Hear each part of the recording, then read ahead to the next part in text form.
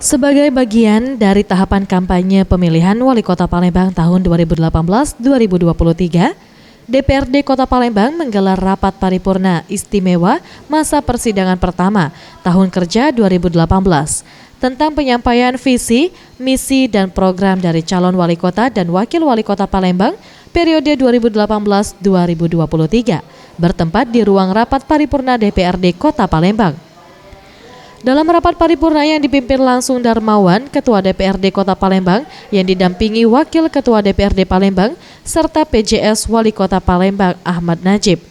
Keempat pasangan calon wali kota dan wakil wali kota Palembang secara bergantian menyampaikan visi, misi, dan program di hadapan 50 orang anggota DPRD Kota Palembang.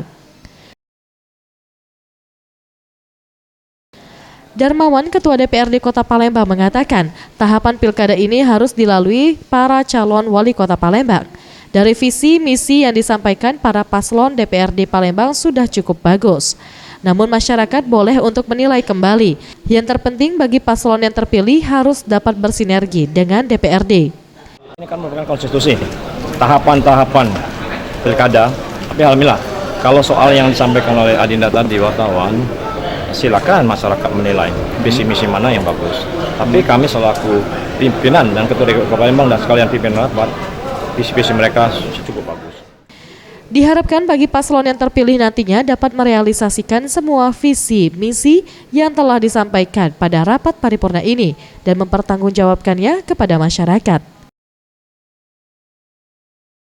Tim Liputan Sriwijaya TV.